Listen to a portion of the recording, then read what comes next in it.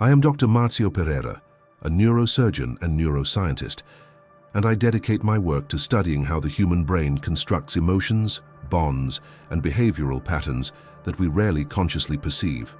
Today, I want to talk about something that seems simple at first glance, but which hides one of the deepest conflicts of the human mind: common psychological traits in socially isolated people. When we talk about social isolation, the socially accepted explanation is usually straightforward, almost comfortable in its simplicity. It is said that some people are more shy, more introverted, less interested in human contact, or that they have had negative experiences and therefore prefer to keep their distance. In more moralized versions, isolation is seen as a choice, the conscious decision to be alone, to protect oneself, to avoid frustration. This narrative is repeated in everyday conversations, in superficial therapeutic discourses, and even in cultural analyses that treat isolation as a stable, almost immutable personality trait. The problem is that this explanation is not only incomplete, but also diverts attention from what truly sustains isolation over time. The human brain was not designed for prolonged solitude. From an evolutionary perspective, isolation has always represented a risk: less protection, less access to resources, a lower chance of survival. Yet millions of people today live in chronic states of social disconnection, not due to a lack of desire for connection, but due to a silent internal reorganization of their emotional and cognitive systems. What we call isolation rarely begins as a rejection of others. Most often it starts as an attempt at self-protection. The brain learns from repeated experiences that human contact can generate pain, frustration, humiliation, or abandonment. Faced with this, structures linked to fear and the anticipation of threat, such as the amygdala and anxiety circuits, begin to activate even before contact occurs. The absence of connection, paradoxically, begins to be registered as relief, not as pleasure, but as a reduction of threat. This is a crucial and often overlooked point. The brain doesn't seek happiness, it seeks predictability and emotional survival. If social experiences have been associated with rejection, criticism, or invalidation, the nervous system learns that avoiding people is an efficient strategy for maintaining internal stability. Dopamine, a neurotransmitter often associated with pleasure, begins to be released not upon approach, but upon avoidance, at the moment when a person cancels a date, doesn't respond to a message, or convinces themselves that being alone is better. Thus, isolation ceases to be a consequence and becomes a learned pattern. The person doesn't feel isolated all the time. Often they feel safe. This security, however, is built on absence, not presence. Over time, the brain begins to confuse protection with disconnection, and the cost of this confusion only appears later, in a diffuse way. A feeling of emptiness, difficulty trusting, emotional exhaustion without apparent cause. The mistake of superficial reading is believing that socially isolated people simply don't like people. What is actually at stake is an internal conflict between translated from Portuguese to English. www.onlinedoctrinslator.com brain systems that crave connection and systems that have been trained to avoid it. One desires closeness because humans are biologically relational. The other triggers constant alerts because it has learned that closeness hurts. It is in this silent friction that the psychological traits we will analyze throughout this narrative begin to emerge. Before identifying them, however, it is necessary to confront an uncomfortable question that is rarely asked honestly. How many of the choices you call a preference for being alone are actually automatic responses from a brain that has learned to protect itself from the world? One of the most recurring psychological traits in socially isolated people is often confused with emotional independence. At first glance, these people seem self-sufficient, rational, and not very dependent on the validation of others. They say they don't need anyone, that they function better alone, and that they prefer not to create expectations. Socially, this trait is often even admired, especially in cultures that exalt autonomy, self-control, and individual productivity. However, when analyzed through a neuropsychological lens, this behavior reveals something very different. What is in operation is not genuine autonomy, but a persistent state of emotional hypervigilance. The brains of these individuals remain constantly alert to signs of relational threat. Subtle changes in tone, delays in response, micro-expressions of disapproval, ambiguities that go unnoticed by others. This vigilance is not conscious. It occurs at automatic levels of brain processing, fueled by past experiences in which emotional predictability was painfully broken. When the brain learns that bonds are unstable, it begins to monitor the social environment like someone navigating a minefield. Each interaction requires calculation, anticipation, and control. To reduce the constant strain of this state of alert, detachment becomes the most economical solution from a neural point of view. Being alone consumes less emotional energy than keeping the brain in continuous readiness. Loneliness, in this context, is not pleasurable, but predictable. And predictability is a central value for the nervous system. This is why many isolated people develop an internal discourse of self-sufficiency. It's not a deliberate lie, but a narrative constructed to make a defensive adaptation bearable. Admitting the desire for connection would imply recognizing the fear associated with it. And this recognition would activate precisely the systems that isolation attempts to silence: anxiety, feelings of vulnerability, emotional memories of past rejections. From a neurobiological point of view, there is a constant conflict between attachment circuits, which remain active and hungry for connection, and avoidance circuits, which have learned to associate the other with risk. Hypervigilance emerges as an attempt to reconcile this conflict, maintaining some degree of contact, but under strict control. However, since absolute control is impossible in human relationships, the ultimate solution ends up being progressive distancing. Over time, this vigilance becomes internalized. The person begins to observe themselves with the same rigor with which they observe others. They analyze every word, every gesture, every emotion, as if constantly being evaluated. This excessive self-monitoring reduces spontaneity, impoverishes relational experience, and reinforces feelings of inadequacy. Isolation then occurs not only on a social level, but also internally. The person distances themselves even from themselves. Society in turn reinforces this trait by confusing defensive withdrawal with emotional maturity. Phrases like, "Don't create expectations," "No one owes anything to anyone," or "Learn to be alone," are repeated as universal truths, without considering that for some minds, these ideas function as symbolic permission to deepen an already established pattern of avoidance. What seems like freedom may, in practice, be a refinement of escape. The tension that begins to build here is subtle, yet profound. If emotional hypervigilance is presented as a strength, how can we recognize how much it also imprisons us? At what point does self-sufficiency cease to be a choice and become merely the most silent form of fear? As isolation continues, the human brain faces a functional problem: how to sustain for years the absence of meaningful connections without experiencing emotional collapse. The solution found by many brains is not to eliminate the desire for connection, something biologically impossible, but reduce awareness of this desire. This then reveals a second common psychological trait in socially isolated individuals: the progressive suppression of the need for connection, accompanied by a subtle yet profound emotional numbness. On the surface, this person appears stable.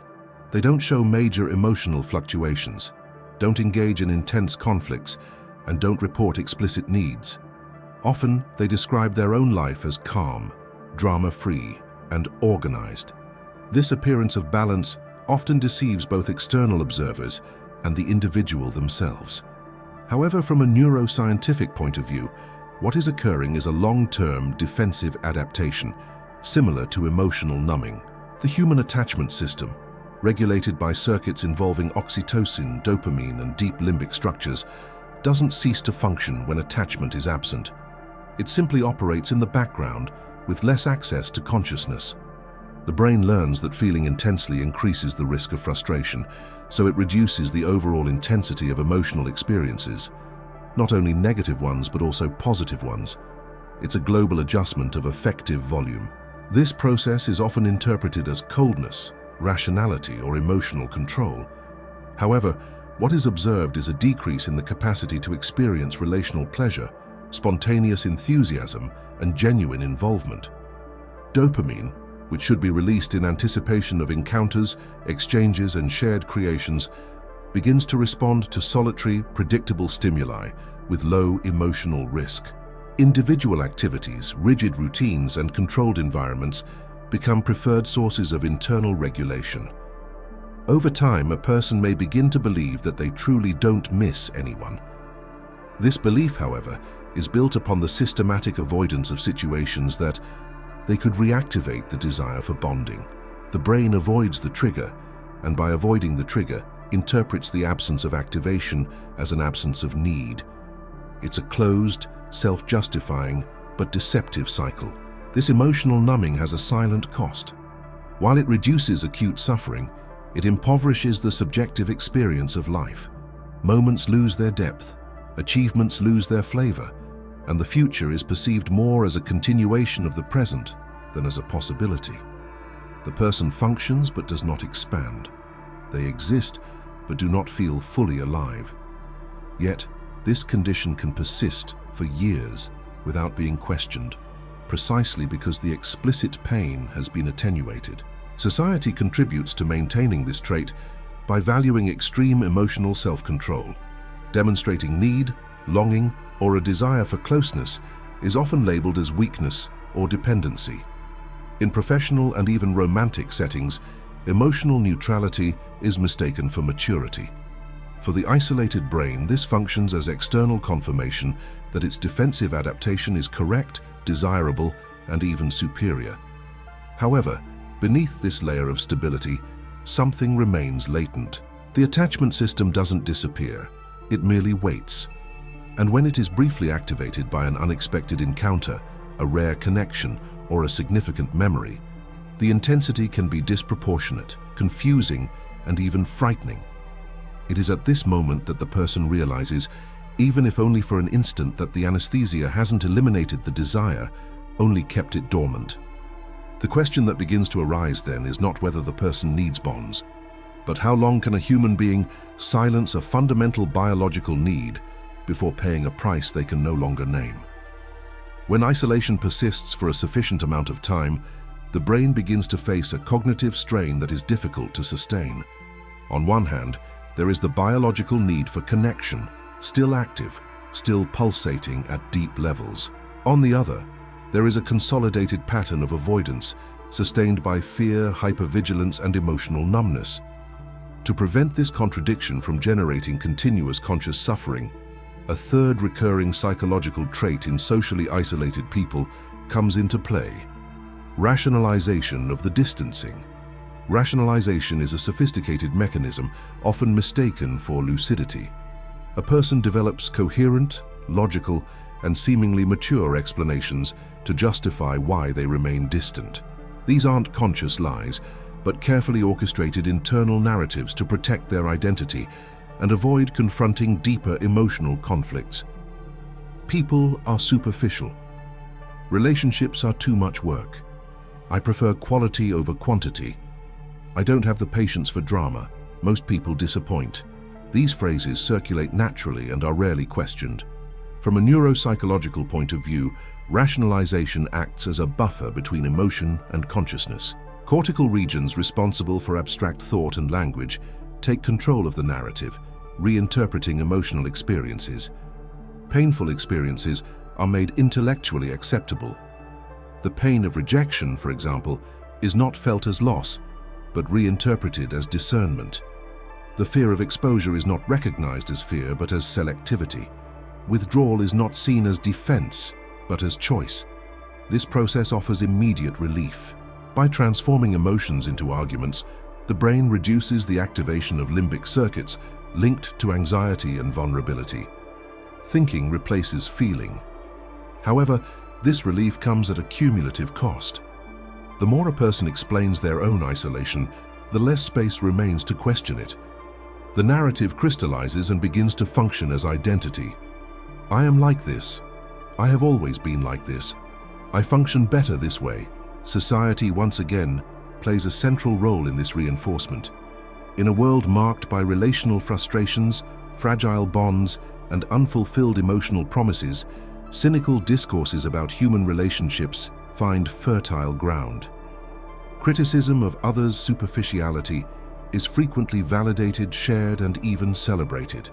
This creates a dangerous illusion that distancing oneself is a sign of emotional intelligence, when often it is merely the most polished expression of disenchantment. Over time, rationalization extends beyond interpersonal relationships and begins to contaminate how a person perceives themselves. Emotional failings are explained, desires are minimized, needs are reclassified as others' weaknesses. The internal discourse becomes rigid, impermeable to experiences that could challenge the constructed narrative. The brain begins to defend not only the body from emotional risk, but also the very story it tells about itself. This trait is especially difficult to identify because it presents itself as clarity. Questioning it generates intellectual and emotional discomfort. After all, if the explanations are logical, coherent, and socially accepted, why doubt them? That is precisely where the blind spot lies. Rationalization does not answer the fundamental question, it only circumvents it. It explains why isolation seems to make sense, but it does not investigate what it is preventing. And so, a new tension arises. If the narratives supporting the estrangement are so convincing, what exactly would be revealed if, for a moment, they stopped working? As hypervigilance, emotional numbness, and rationalization become entrenched, a fourth psychological trait begins to operate in an almost invisible, yet decisive way: anticipated expectation of rejection. Unlike the conscious fear of rejection, this trait manifests as an implicit, rarely verbalized belief that any attempt at closeness will end badly. The brain doesn't wait to confirm, it anticipates. And in anticipating, it adjusts behavior to avoid the pain it believes to be inevitable. From a neurobiological point of view, this pattern is linked to how emotional memories are stored and reactivated. Past experiences of exclusion, abandonment, or invalidation are not only recorded as narrative memories, but also as threat maps. When a current social situation shares elements, even if subtleties, with these past experiences, the brain reacts as if the outcome has already been decided. Anticipation overrides present reality. This expectation indirectly shapes behavior. The person doesn't fully connect, doesn't show themselves completely, doesn't invest emotionally. They speak less, respond in a restrained manner, and maintain an ambiguous posture. On a conscious level, they might say they are simply being cautious or discreet. On a deeper level, however, the nervous system is already preparing for withdrawal. The problem is that this behavior paradoxically increases the likelihood of actual rejection. This is the central dynamic of silent self-sabotage. By acting as if they don't expect to be welcomed, the person transmits signals of detachment that hinder the building of a bond. The other person perceives coldness, disinterest, or inaccessibility, and responds with less investment. When this happens, the brain interprets the result as confirmation of its initial prediction. I knew it. The cycle closes, reinforcing the pattern without it needing to be questioned. This trait is particularly cruel because it operates below the threshold of intention. The person doesn't want to fail socially. On the contrary, they often deeply desire to be seen, understood, and accepted. However, the self-protection system has learned that wanting is dangerous. Thus, it allows closeness only to the point where control still seems possible. Enough to not feel completely isolated, but never enough to feel truly connected. Society reinforces this pattern by normalizing the idea that it's better not to create expectations. While this phrase seems prudent, it ignores a basic fact of human emotional functioning. Bonds only form when there is risk. Anticipating rejection eliminates the risk, but it also eliminates the possibility of corrective experience. The brain remains trapped in the same memories, repeating the same outcomes, not because the world is invariably hostile, but because it is never encountered in an open way. Over time, this anticipated expectation extends beyond interpersonal relationships and begins to contaminate projects, choices, and even how the person positions themselves in the world. Isolation ceases to be merely social and becomes existential. The person occupies less space, speaks less, desires less, not due to a lack of ability, but due to an anticipation of loss. At this point, the question that arises is difficult to avoid. If the brain is constantly anticipating rejection, how to distinguish between intuition and emotional memory disguised as protection? The last common psychological trait in socially isolated people is not a specific behavior, but a deeper reorganization of identity. After years of hypervigilance, emotional numbing, rationalization, and the anticipatory expectation of rejection, isolation ceases to be merely a strategy and becomes a reality. The structuring axis of how a person perceives themselves in the world. The absence of connections is no longer experienced as a circumstance. It becomes a point of reference. At this stage, the brain no longer compares one's own life with experiences of deep connection, because these experiences are rare or too distant. The benchmark becomes the stability obtained through detachment. The person defines themselves as someone reserved, difficult, self-sufficient, not very social. These descriptions seem neutral, but they carry a regulatory function. They organize internal and external expectations, limiting the risk of frustration. If no one expects closeness, no one demands commitment. If no one demands commitment, the self-protection system remains intact. From a neuropsychological point of view, this represents a long-term emotional economy. The brain reduces exposure to unpredictable stimuli, maintains lower levels of emotional activation, and preserves a sense of control. However, this economy takes a silent toll. The identity built from absence impoverishes the emotional repertoire, reduces cognitive flexibility, and limits the ability to imagine different futures. The inner world becomes coherent but narrow. This trait is particularly difficult to access because it doesn't cause acute pain. There's no explicit suffering that signals a problem. What exists is a diffuse feeling of stagnation, of suspended time, of life in standby mode, without a defined purpose. Many people reach this point believing that that's just how it is, that emotional intensity belongs to other phases of life or other types of people. Isolation is normalized as destiny. Society contributes to this normalization by offering functional substitutes for connection. Digital interactions, consumption routines, constant productivity, and continuous entertainment create the illusion of fulfillment. The brain receives enough stimuli to avoid collapse, but not the right stimuli to promote profound emotional reorganization. The lack manifests not as a deficiency, but as an absence of meaning. The most unsettling aspect of this trait is that it is rarely perceived as a problem while there is still subjective time. The person doesn't feel they've lost something, they only feel they never had it.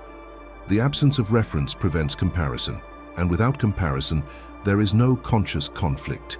Isolation becomes comfortable precisely because it eliminates the friction necessary for change. However, at some point, usually triggered by an external event, aging, loss, illness, or an unexpected encounter that breaks through the defenses, this identity based on absence is put under strain. The self-protection system begins to fail, and what has been avoided for years emerges abruptly. The desire to be seen, recognized, chosen. The narrative, then, does not end with a conclusion, but with a fundamental question. If much of human suffering is shaped by unconscious patterns that appear to be conscious choices, how many lives are being lived in a reduced version without their own protagonists realizing what they are avoiding feeling?